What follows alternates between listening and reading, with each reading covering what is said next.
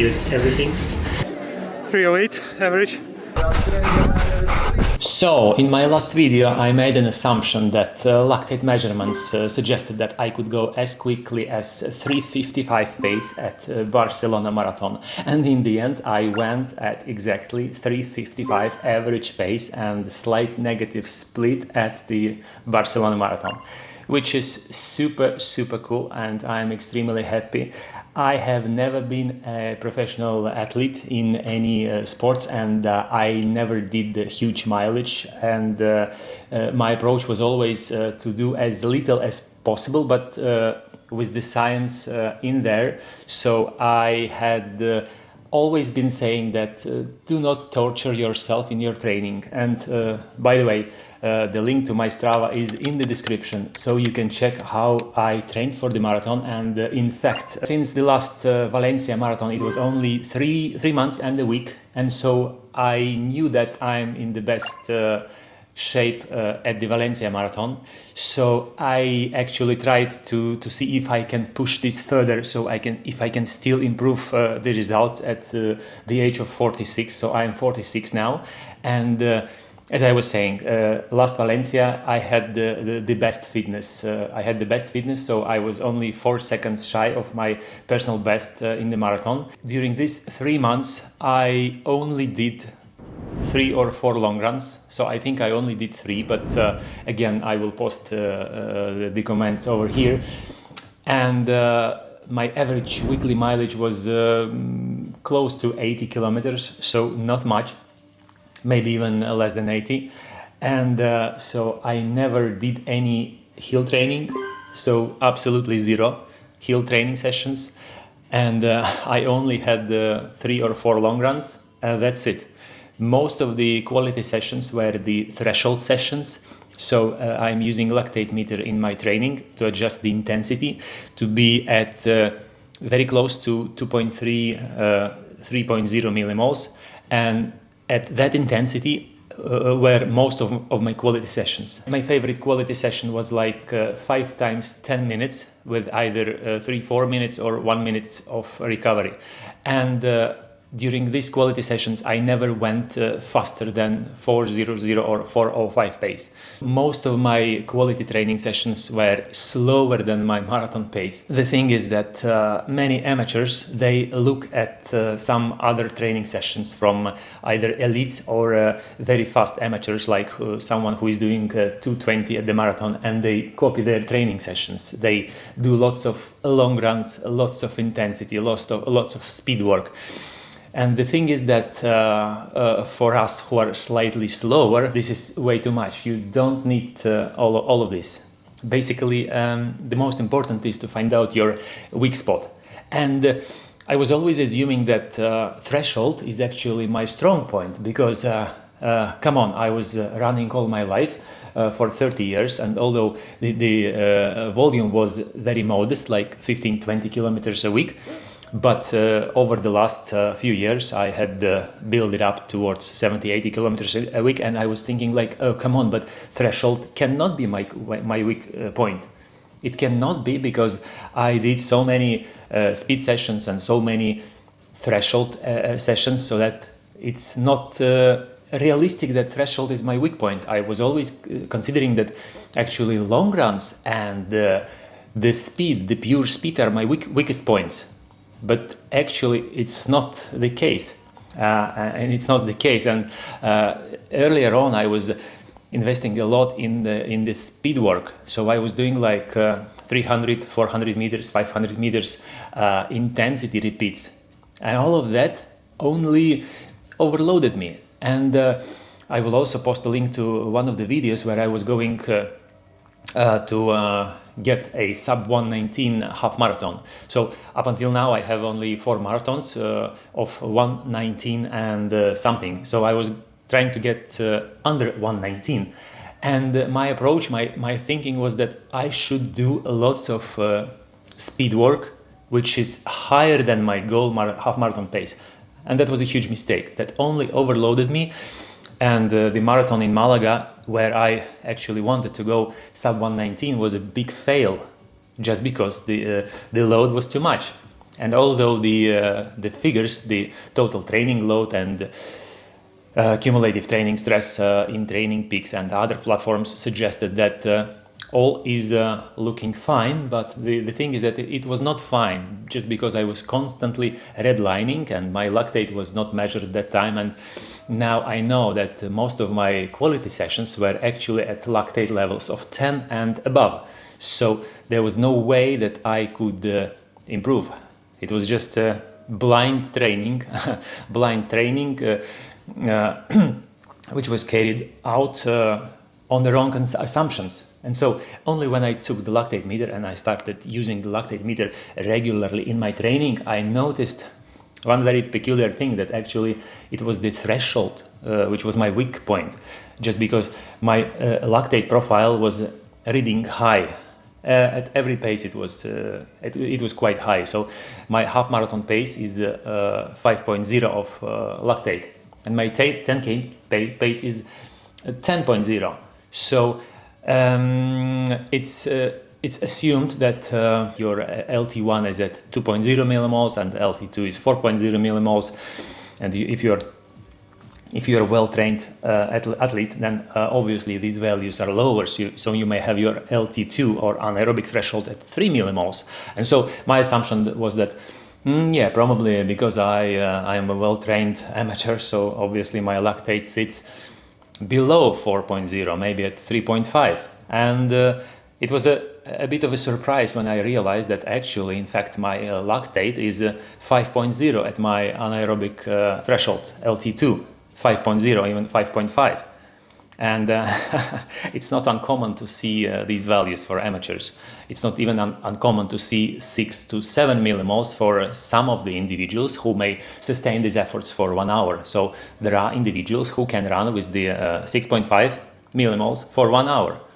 Yes, they are not very well trained, but they can sustain this. And so this is not correct assumption to consider that his or her lactate LT2 is at 4.0. This is completely wrong. And so when I realized that there is so much room to improve actually on my thresholds, that is the point, that is the key point where I have to put my efforts in. Because obviously if you see someone's profile, and I was testing lots of my friends who I help to train to prepare for some races, and some of the profiles are reading quite low, and I have seen people whose LT2 is at 2.3, 2.4 millimoles, but it's not the case with me. And so then I realized that there is a huge potential sits at around the threshold effort. And I never did very long sessions. My highest volume threshold session was 5 times 10 minutes. So that's it. Before that, a year, 2, 3, 4 years ago, I used to do something like 7 to 8 times 10 minutes at threshold. And that's too much. That's basically was too much to me. And this time, for the past 3 months, my highest volume training session was only 50 minutes at that specific intensity, which to me is around 2.5 millimoles. So 2.5 is the level which I can sustain over the marathon distance. So I was targeting that specific intensity. It may not necessarily be the same for you. Of course, it's highly individual, so you cannot use it for your training. You have to find out what is your specific marathon lactate levels, and basically the assumption that I have to do long runs every week was also wrong. I did long runs every week, say on Sundays or any other day of the week, as most of the marathoners do, but that was wrong. To me, that was wrong simply because when you do something and you don't feel like you are tired or you have muscle soreness afterwards, then it's not doing anything to you. The stimulus is just too low.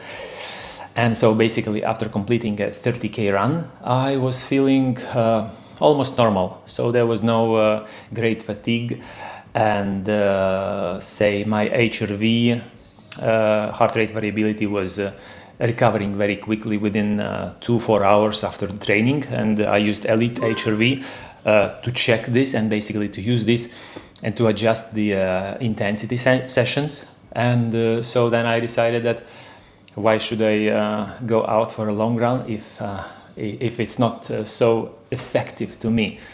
And also the hill sessions, and this time around I didn't do any hill sessions, totally zero.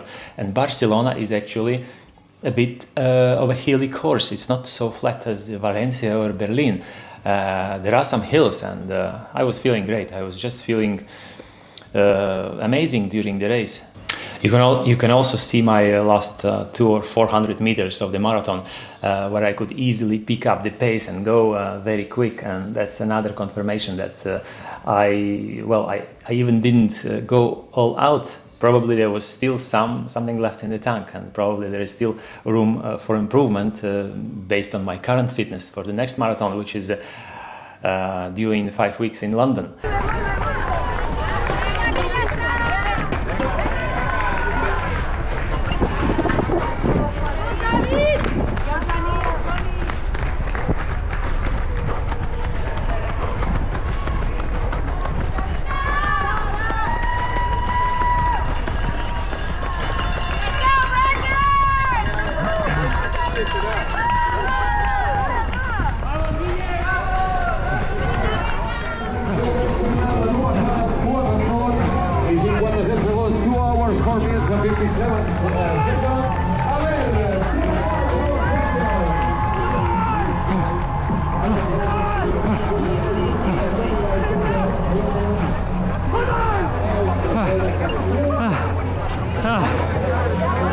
Barcelona was my 9th marathon, and on the average during the past 8 marathons, except one where my legs cramped heavily, my average heart rate was 157, and this time it was only 153, and so I was never looking at my heart rate during the marathon. I was only going by feel, and I was listening to my breathing. So my normal breathing during the marathon intensities, inhale every 3 steps and exhale every 3 steps. So that's kilometer 34 and something. I'm still ahead of schedule, 119, breathing still fine, legs a bit tired. So another 5k and then we're ready for the final surge.